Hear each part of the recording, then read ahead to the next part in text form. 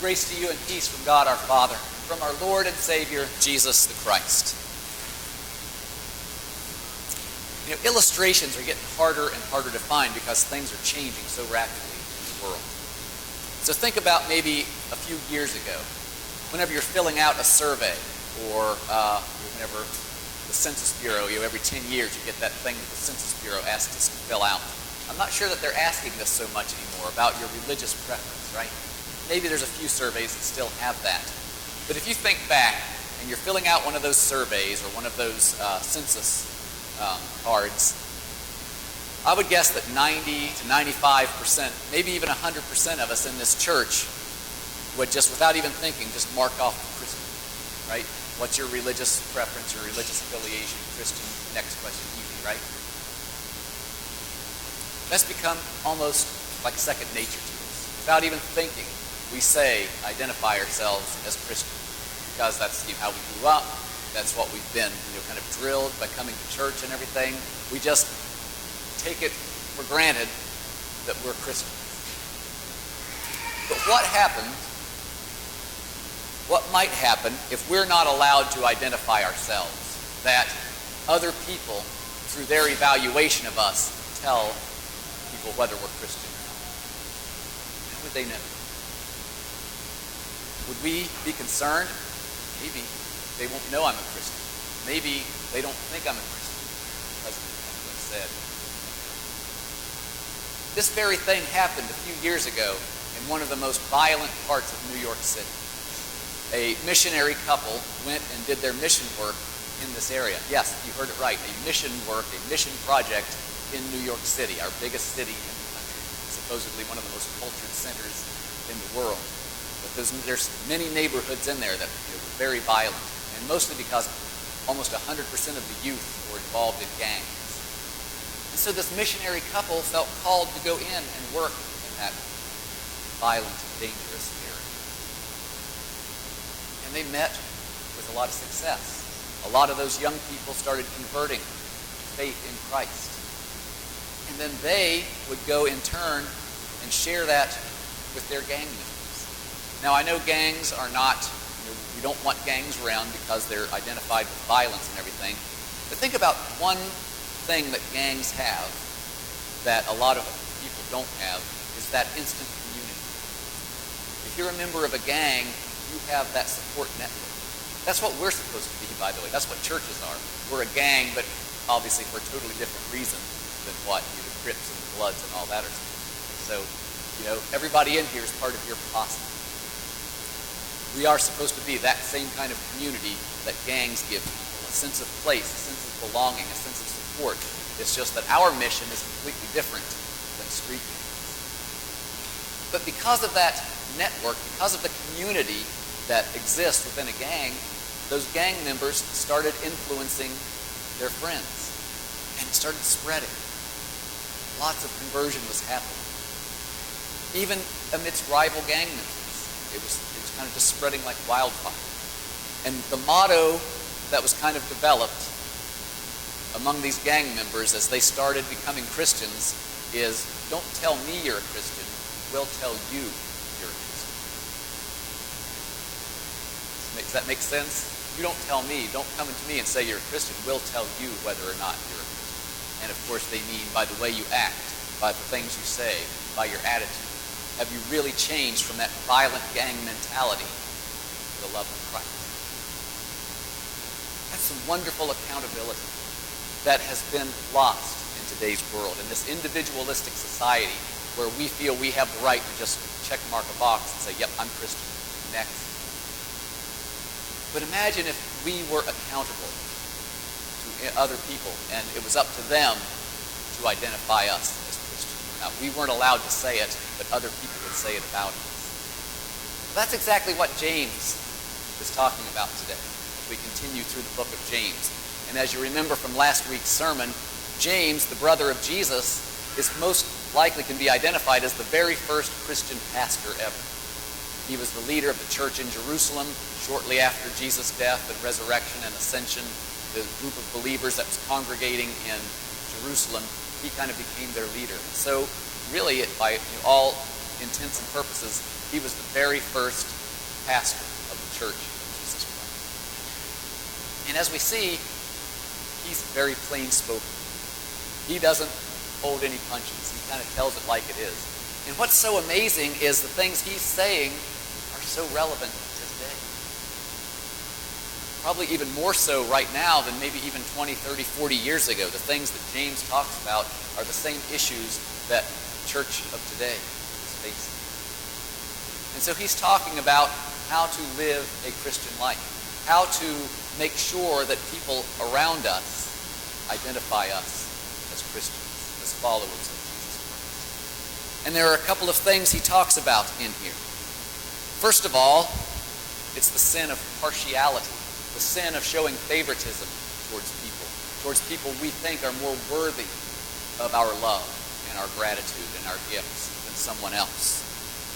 And that's really one of the most subtle sins that the church has, because we can always use rational thinking to try to justify why we think one person deserves more help than someone else. He uses the illustration of a rich person and a poor person who come in to the church.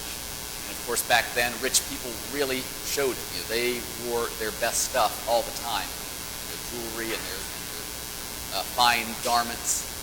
And so it'd be easy to spot somebody like that coming in. And it'd be easy to spot a poor person who has old, ragged, dirty things, who obviously spends most of their life working. And so when two people come in, how we would treat them would make a difference. And as James points out, it looked like the church was treating the rich person much better. Come and sit at the place of honor. Place of honor in the back. And of course, to the poor person, go stand in the corner over there, out of the way, so people don't smell you. But I think we still tend to show favoritism today. Maybe not with those same categories, but certainly we show favoritism towards people we think are more worthy than others. Here are some things I've heard just in the 4 or 5 years I've been working in churches. Well, we really shouldn't help those people that are on welfare, because that'll just be a crutch and they'll just continue to use it. I'm sure there's probably some truth. There are probably people that use the system, but God never told us to do that. God never told us to rationalize who needs help and who doesn't. He just says, go feed the hungry. If somebody's hungry, feed them. If somebody's sick, give them medicine. If somebody needs clothes, give them clothes. If somebody's in prison, go visit them. He didn't give any qualifications. He just said, go. And so this sin of favoritism is still among us. We need to be very careful how we spread the love of God. Treating everybody equally, not thinking one person is more worthy than someone else.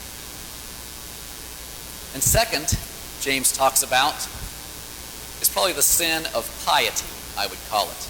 The sin of appearing pious without really backing it up with action. It's like walking the walk, or talking the talk, but not walking the walk. And this example he uses in the last paragraph really hits home in this day and age. What good is it, my brothers and sisters, if you say you have faith but don't have works? Can faith save you? If a brother or sister is naked and lacks daily food, and one of you says, go in peace, keep warm and eat your fill, and yet you do not supply their bodily needs, what is the good of that? The church has been taking a lot of hits from the non-religious people out in the world today, and their websites and Facebook gets plastered with all of those digital posters. And one of them I saw just not too long ago, and it really does kind of hit home.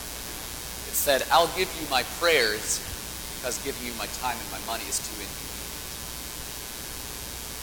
Kind of hits home, I think. It was not produced by a Christian. It was produced by an atheist or non-religious. But unfortunately, I think they have a point. Think about all the times we think about, we're just going to pray for somebody, and then we just kind of forget about it a little bit after that. We pray for them once and then forget it. But Pope Francis had a wonderful paraphrase of this quote from James. He said, first you pray for the hungry, then you feed them. This is how prayer works. So by praying, what we're doing is we're letting the mind of God enter into us. The mind of Christ enters into us, and it becomes second nature what Jesus would have done. Jesus never did just pray for somebody and walk away. He did something. He healed people. He fed people. He went and visited them in their houses when nobody else would. He went to the houses of what people were called sinners and prostitutes and the tax collectors that everybody hated. He went to see them. He went up to these Gentile areas where no Jew would ever deign to dirty themselves up in these Gentile areas, but Jesus did. And he talked to them, and he healed them, and he loved them. We have wonderful opportunities coming up just within the next couple of weeks to put James's words into action. Like I said, next Sunday, a week from today, we'll be getting ready to feed the community. Whether they come in to our fellowship hall or whether we take the lunches out to them, we're putting our faith into action. What good is it if we know that people are hungry and we don't supply their bodies? We're getting ready to do that. Again, that adult literacy program that's being offered by Jacob's Well, what a wonderful opportunity to do something of value in this community, something that's so badly needed. Or the Good News Club, the training that's coming up in a couple of weeks. Spend just an hour or so with the elementary school kids. Some of them probably never set foot inside a church before, but that gives us an opportunity to minister. All kinds of opportunities to put our faith into action. Because as James said, faith without works. Just like the illustration I gave last week of the difference between the Sea of Galilee and the Dead Sea, two big bodies of water in the Holy Land. Why is the Dead Sea called the Dead Sea? It's dead. Nothing can grow there because it brings a lot, water flows into it, nothing flows back out. On the other hand, the Sea of Galilee is up there, and the Jordan River, a major river, flows out of it. And because its water is constantly moving, it's bringing water in and then letting water out. It's teeming with life. And that's the way it is with the church in our lives. If we just keep bringing stuff in, we just keep talking and hearing about God and the things of God, but we never release it, we'll be dead too. So this very first pastor of the very first Christian church in the world knows what he's talking about, and his words are so relevant still today, 2015, 20 years later. So we have all of these opportunities to put our faith into action. Let's be committed to do that. Because it certainly is true that faith without works is dead. And let's live our lives as though we are not allowed to tell people we're Christian. We have to let them tell us we're Christian. We have accountability. Let ourselves be accountable to each other and to the world around us. And through our actions, through our attitudes, through the things we do, through the love we share, they will tell us.